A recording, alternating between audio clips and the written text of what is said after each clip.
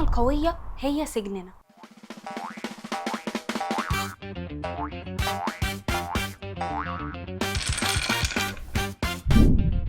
أهلا بيك في حلقة جديدة من برنامج فص ملح. تخيل إن بقى عندك قوة خارقة، وهي إنك ما بتنساش أي حاجة أبداً. فاكر كل كلمة اتقالت لك، كل معلومة قريتها، كل موقف عدى عليك، وحتى كل إحساس حسيته في لحظة ضعف أو فرح. من النظرة الأولى كده تحس إن دي قوة خارقة فعلا، أصل لا مذاكرة تضيع ومش هتنسى عيد ميلادها تاني، مفيش أي حاجة هتضيع منك تاني.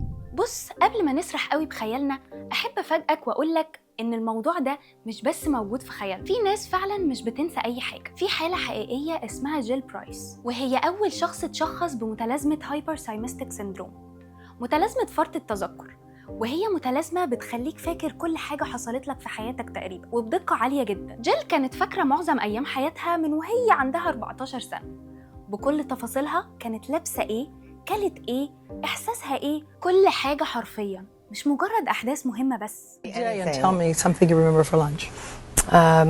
May 27th, 2006. What'd you have? I had a BLT and a tomato soup.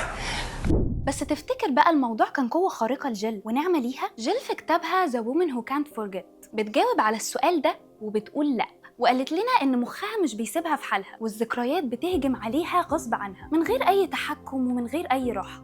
Well, like right now, I'm in the present moment talking to you, but I have a split screen in my head where I have a loop of memories just free flowing all the time.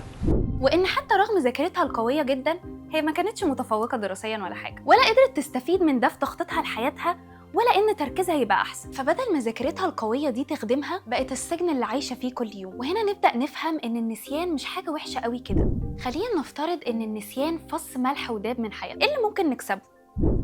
هتفتكر إنك هتتعلم أسرع، هتفتكر كل معلومة، هتفتكر كل الأحداث اللي حصلت أو أي حاجة وراك. دي الإيجابيات اللي إحنا متخيلينها، بس اللي مش بنعمل حسابه إن معنى كده إن كمان مش هتنسى كل كلمة وجعتك، كل موقف كسرك أو تجربة مؤلمة عديت بيها. ده يا أخي حتى نمر العربيات هتفضل فاكرها.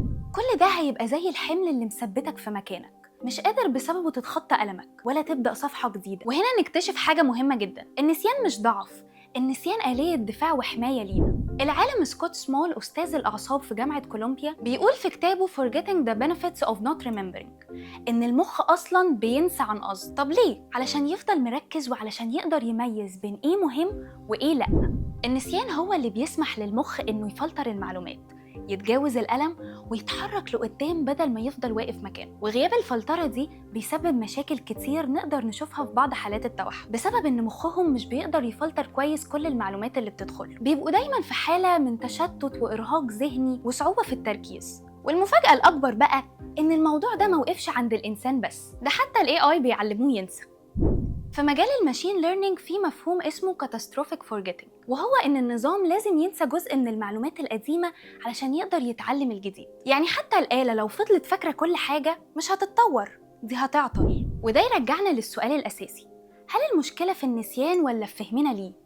النسيان مش عدو الذاكرة، النسيان شريكها، هو اللي بيديك فرصة تبدأ من جديد ويسيب مساحة لنسخة أخف وأحسن تطلع منها. فمن غير نسيان إحنا على فكرة مش هنبقى أذكى، إحنا بالعكس هنبقى أتقل. ولو عجبتك الحلقة اعمل لنا لايك وسبسكرايب والحاجات الحلوة دي، وقول لنا في الكومنتس إيه أكتر موقف مضحك حصل لك بسبب النسيان.